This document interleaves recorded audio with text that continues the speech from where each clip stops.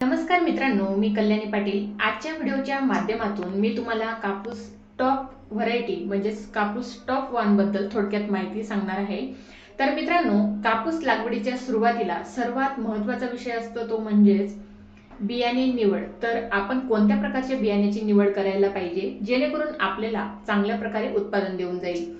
तर मित्रांनो, सर्वात महत्त्वाचा मुद्दा म्हणजे आपली जमीन ती कोणत्या प्रकारची आहे। तर मित्रांनो, आपली जर जमीन मध्यम हलकी जमीन असेल तर आपण त्याच्यात शॉर्ट ड्युरेशनच्या व्हरायटी घेऊ शकतो।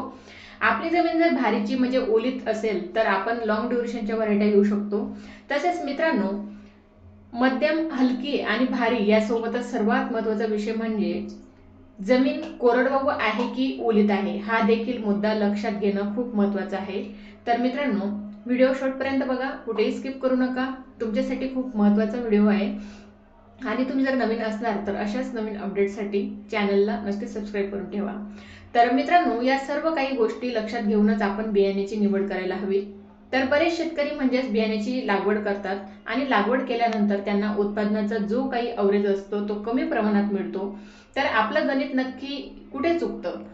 तर ते म्हणजे जमिनीचा प्रकार, जमिनीची निवड आणि कापूस बियाण्याचा कालावधी।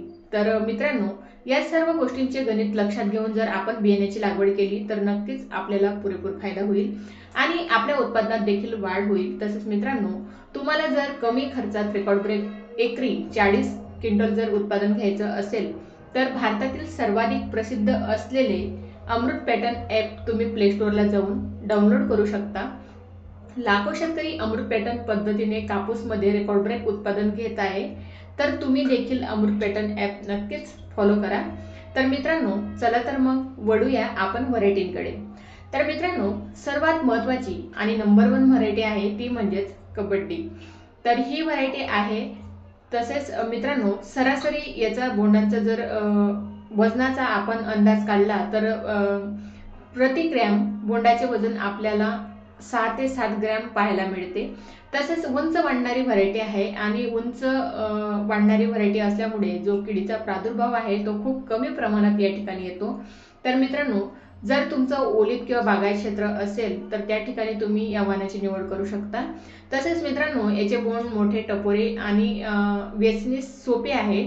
तर तुम्ही याची लागवड ओलीत सोबत कोरडवाहू क्षेत्रात देखील करू शकता। तसेच मित्रांनो, नंबर 2 ची जी व्हरायटी आहे तर ती व्हरायटी आहे म्हणजेच बायोसीड जी HH029। तर मित्रांनो, या व्हरायटी घेताना कोरडवाहूमध्येच घ्यायला हवी, कारण ओलीत क्षेत्रामध्ये जर आपण या व्हरायटीची लागवड केली तर याच्यावर किडीचा जो प्रादुर्भाव असतो तो मोठ्या प्रमाणात असतो, रसशोषक किडीचा प्रादुर्भाव।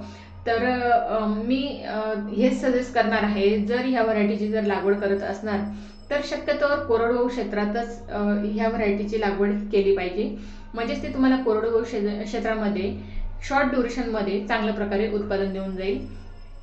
तर मित्रांनो, तसेच नंबर 3 ची जी व्हरायटी आहे ती म्हणजेच US 7067।